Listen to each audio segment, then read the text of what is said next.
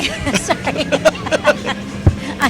I am just blinded here, so I did not see Joseph the Voice say, okay. Hi, it's Mel. We are here with Guys, Games, and Beer. We are here at day 3 of the Pittsburgh Gaming Expo here in Monroeville, Pennsylvania. So glad to be here. And I am here with Tom with Guys, Games, and Beer. It's been a great weekend. We've had a ton of great interviews, tons of great gaming going on. Our rigs are hopping. Again, it's early. You've got time to get down there to pick up a walk-in. They're open till 5 this evening. Make sure to do that. But more importantly, we are here with Erie Distillery. My name's Eric. I'm our Chief Production Officer. Hi, my name's Scott. I'm one of the owners, and I'm the Chief Master Distiller. Okay, so that's good. Just that line right there brings up the question. How did you decide to be a master distiller? Did you work for another distillery first?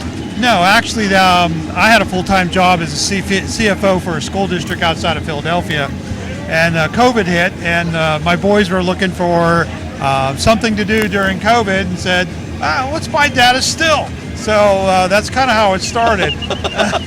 And we just got really good at doing it to the point where people were telling us, you need to open up your own distillery. You need to do this for real. So I actually retired from the school districts and went full-time into distilling, and we're doing really well. Awesome. Fantastic. So, guys, for those of you who are unfamiliar with Guys, Games, and Beer or are watching this as your first episode, we really do kind of focus on beer.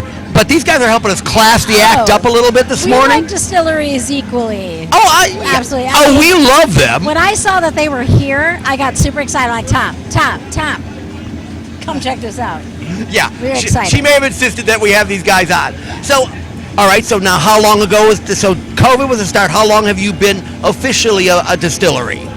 Since 2019. Okay, so 6 years. 6 years already. Yeah, and we're doing really well.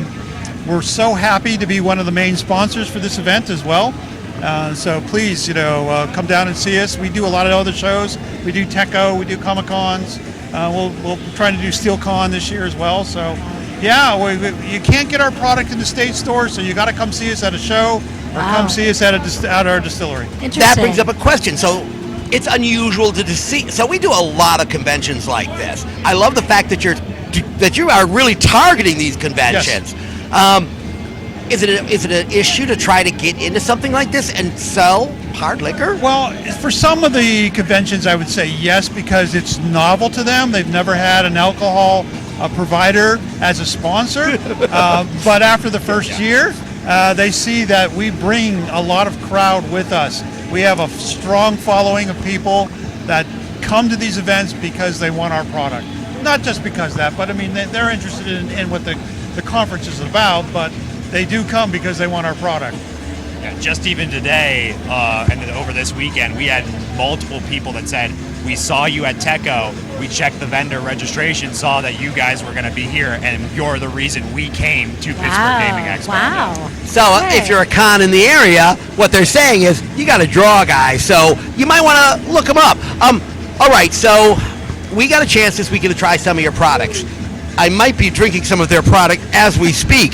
That's a delicious Bloody Mary. Let's talk a little bit about this one. So I'm drinking a Bloody Mary right now. It's made with your hot pepper moonshine. Okay, so what is hot pepper moonshine? So hot pepper moonshine. So what moonshine is, in just a history lesson, was made in the Appalachians, and it was done during the Prohibition era. And the reason it's called moonshine is it was made illegally in the mountains to hide from law under the light of the moon. That's where the name moonshine comes from.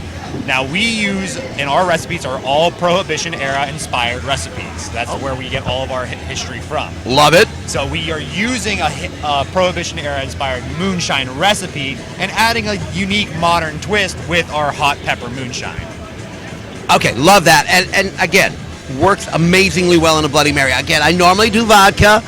I know you do tequila in yours.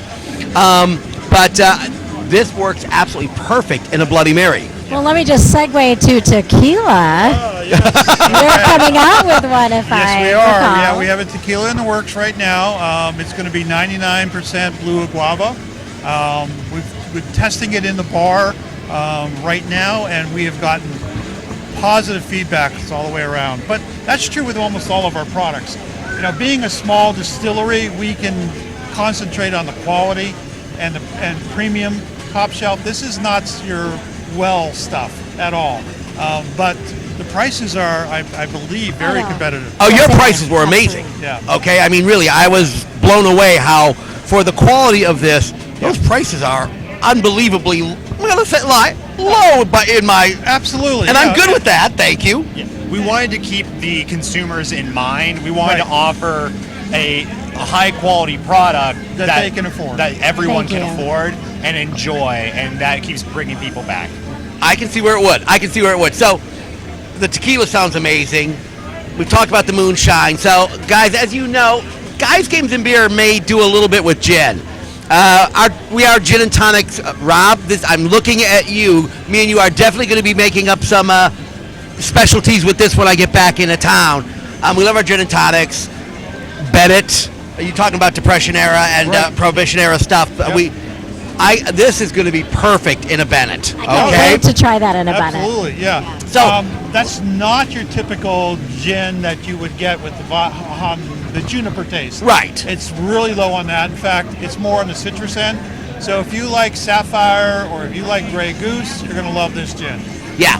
Okay, so without giving away trade secrets, like you said, it has that citrusy taste, but I was getting a little bit, some herbal notes in it besides that. Absolutely. And I loved the herbal notes of it. This is why I think it'll work great in a Bennett. Yeah. So, because that herbalness and it's not a killing, it's not like a medicinal herbal. It's just that right kind of, that's a really pleasant taste going on there. Anything particular you can tell people that what notes you were looking for? Well, you're gonna when you open up the bottle, you're gonna immediately smell the oranges. Got that. Okay, and you're gonna see the hint of the lemons and the limes in there. You're gonna see a little bit of rosemary. Okay, so without going maybe, No, that's yeah. Yeah, without going Sounds too much good. further on that. Okay. Yeah, you got to be careful because we don't want people copying our stuff. Your apple pie moonshine is your top seller. That's our number one seller for a reason. It's delicious. So, all right, so the apple pie moonshine, and I've had apple pie moonshines before, so tell me why that's your number one seller. I know why I love it. Why do you think it's your number one seller? Because of it's kind of designed for everyone. We keep the alcohol content low, so a lot of people who are not big alcohol drinkers or are not usually a liquor drinker and prefer their beers or wines end up loving it because it doesn't have that burn that you would expect from like your traditional apple pie moonshines that you buy on the shelf.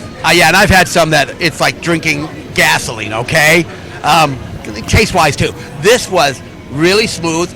That hint of cinnamon was perfect.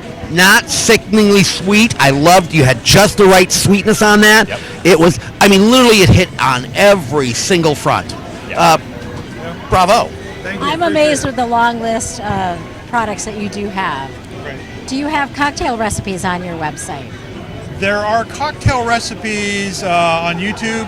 In fact, like with our old fashions, we smoke them, and you can pick the Ooh. wood that you want it smoked with. Wow. Yeah. That's cool. So things like that nature. And then we have a lot of other projects that are in the work. I have a peach and mango rum that's coming out. I have a blueberry pie moonshine that's coming out, a watermelon moonshine. And then that we sounds just delicious. partnered up with a friend of ours who owns a meadery, and we're going to be doing tinctures. So we're going to be, distilling the mead into tinctures. So, Nice. Wow. And my personal favorite that's coming out, Okay, the whiskeys.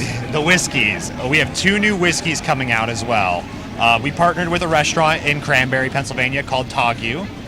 They're a Korean barbecue steakhouse, and they approached us for a unique product, which we imported wood from Japan, a 200-year-old Sakura cherry blossom tree, and a 200-year-old Mizurana water oak tree, and we are aging whiskeys in both of those. Yeah, wow. So guys, I would love to tell you can get this anywhere, but you can't. So let's talk a little bit about that to wrap this up. So you guys, this is available at conventions. Yep. You say you can't sell in the state stores here in Pennsylvania? We do not. Okay. Do you have other distribution techniques? They're going to we can visit them. You can go online to our website, and you can order online. Oh, you can? All right. And we will ship anywhere in Pennsylvania. Can you ship out of state? We cannot. All right. Our licensing does not allow us Pennsylvania's a little weird with the licensing. We're from Wisconsin, dude. Same thing. Yeah. So we have to stay within the state of Pennsylvania. However, if you ship it to your brother-in-law and buy a case, and your brother-in-law ships it to you, I can't do anything about that. True that. So, guys, if you happen to have friends in Pennsylvania or family, have them go to the website and order. Again, everything we tried was absolutely phenomenal, gentlemen. I cannot compliment you enough. As I was telling you the story yesterday, going to a distillery changed my view on a lot of alcohols that I did not drink before this. When distilling was just getting back into when you could start small stills in Wisconsin because it was illegal before this. It made all the difference in the world having really good distilled products versus the commercial junk you buy off the shelf. Cannot compliment you enough on this. Give everybody your website, please. There'll be a link down below, but say it out loud anyways. ErieDistilledSpirits.com. Any place else that they can find you? Any of the events we're coming up to in the Pennsylvania area, or you can check at our actual distillery location in Erie, PA on 12th and Peninsula, right by Presque Isle. Fantastic. What is your next event? We have an event next week. We're going to be in Dormont at the Dormont Street Music Festival. So we'll be there. Excellent. So check them out there if you get a chance, guys. This is Tom with Guys, Games, and Beer, and I'm here with... Mel with Guys, Games, and Beer. And we're here with... Erie Distillery. Guys, cannot say enough good things about them. Check them out. The links will be down below. We'll talk to y'all later.